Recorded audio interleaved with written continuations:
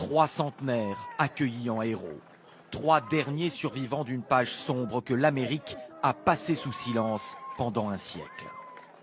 Je me rappelle que chez nous, chez les anciens, c'est quelque chose dont on ne devait pas parler, et ça, c'est inacceptable. Aujourd'hui, à Tulsa, où Joe Biden arrivera dans quelques heures, il ne reste qu'un demi-pâté de maison de ce qui fut autrefois appelé Black Wall Street. La communauté noire la plus riche d'Amérique, investisseurs, commerce, théâtre. C'en était trop pour une certaine Amérique.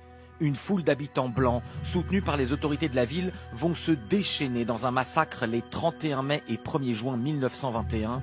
La survivante Viola Fletcher avait 7 ans. Elle vient de témoigner au Congrès à Washington pour la première fois. Je n'oublierai jamais les violences de cette horde blanche quand nous avons fui nos maisons.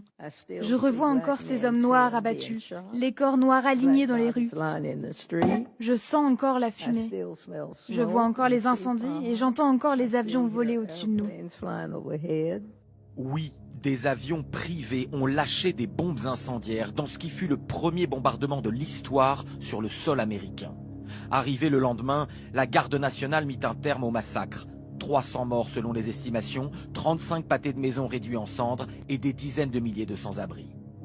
Nous avons été laissés sans rien, laissés comme des réfugiés dans notre propre pays. Un siècle après, des fouilles ont repris pour retrouver des corps de victimes. Les familles réclament aujourd'hui des restitutions de propriété, ce que le maire blanc de la ville refuse.